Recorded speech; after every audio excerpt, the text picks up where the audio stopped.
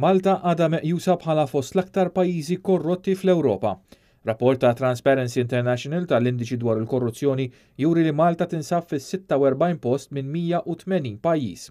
Filwaqt li dan fisser li Malta telet post meta mqabbla mas-sena ta' qabel, dan ir-riżultat ipoġġi lil pajjiżna fost l-agħar fl-Ewropa b'7 pajjiżi biss mill-Ewropa kollha li għandhom pożizzjoni agħar minnha. Ir-rapport innota fost oħrajn kif il-Gvern kaxkar saqaħ biex daħħal id-Direttiva Ewropea kontra l-ħasil tal-flus fil-liġi Maltija. Id-direttiva kellha tidħol fis-seħħ madwar l-Unjoni Ewropea f'Ġunju tas-sena li għaddiet, iżda f'Malta din daħlet fis-seħħ fil-bidu ta' din is-sena. Transparency International kellha kliem jibes dwar is-sitwazzjoni tal-Bank Pilatus. Fis-qarrija Transparency International qalet li r-raġuni ewlenija tal-eżistenza tal-Bank Pilatus donna kienet biex tiffaċilita tranzazzjonijiet ta' serq bil-moħbi. Transparency International referitu ukoll għal rapporti tal-FIU dwar Pilatus fejn instabbu nuqqasijiet gravi ta' kontrolli kontra l-ħasil tal-flus. Nuqqasijiet kważi apposta kien sostna rapport tal-FIU ikkwotat minn Transparency International.